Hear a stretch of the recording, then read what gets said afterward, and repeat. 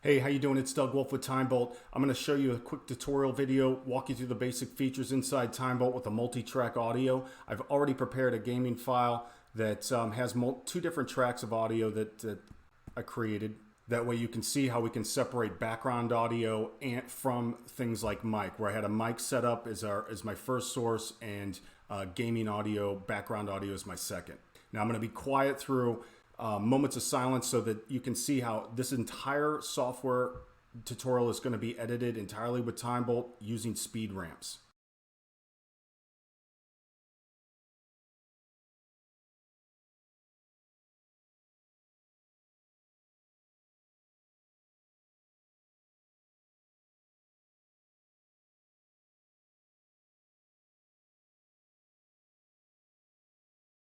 Okay, so now that this is opened up, I want you to think of TimeBolt and look at it as three steps. First is all your filter levels. Okay, that's step one. Step two is kind of intermediary. You're going to be looking at this waveform that gives you an audio preview of what you're cutting and what you can keep out. I'll show you how to do delete manual silence, and then finally how to generate output and export to an popular NLE.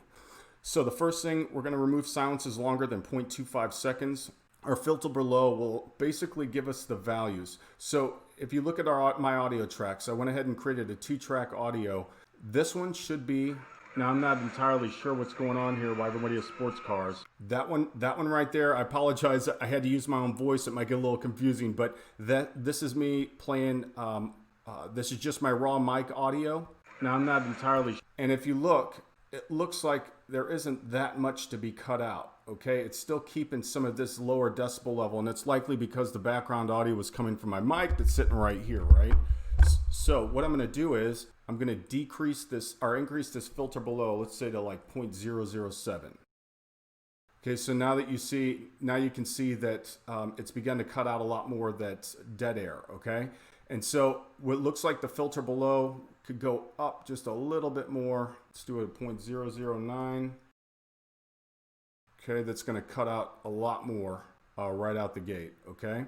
And so now we're going to go through and we're adding padding, okay? 0.15 seconds, it adds 0.15 seconds to each of the audio signatures where it doesn't detect silence, okay?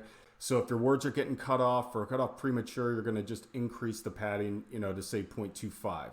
This was already selected. Fast forward silence was already selected. I'm going to say anything over 3 seconds of silence, I want to increase the speed ramp by 3 to 4x. This is important, is that you can only do speed ramping inside TimeBolt, filter inside TimeBolt. So what it'll do is it'll increase silences longer than 3 seconds by 3x, and it'll output a single flat file. Okay, so we don't have the ability to use speed ramping in NLEs yet. Okay, translate that to NLEs. So anytime you get done with updating the setting, make sure you hit update silence selection. And for most of us, how you record is standard each time. So these settings save for each time you upload a file. So you're not having to go through and reset the settings. Now you can see here's audio track 0, which is my voice. Let's see what audio track 1 is.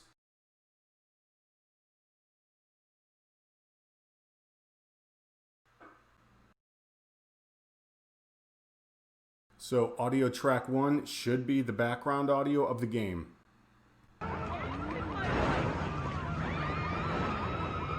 It is. It's the audio track of the game. It doesn't include my mic. Okay, so 0-1 would be to do both tracks, but since this one contains a lot of noise, I only want my voice to really activate the important parts of the game. Okay, this could be software tutorial, anything that you're looking for. So I'm going to go back. I just want to focus on my audio mic input.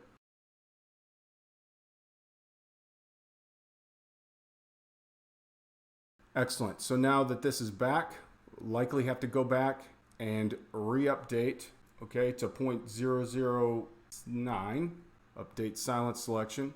All right, so here is our timeline. As you can see, there's going to be moments of silence that now I'm not entirely sure what's going on here while everybody has sports cars. That's all background audio we want to cut out. Now what's nice is I can just go to edit timeline mode. Again, I want to show you the timeline mode. You can continue to increase filter level, okay, but I'm going to go in here and just manually select periods of silence that I know exist. Now that that's done, I deactivate my edit timeline, okay? And so from this point forward, this will be in my next tutorial is how to export to an Final Cut Pro, okay? Which I just did. I can show you, I can open output file location. I'll get back to that, but I'm gonna go back, and you can change the output path of where you want your file to go, okay? You can increase or decrease the output file size.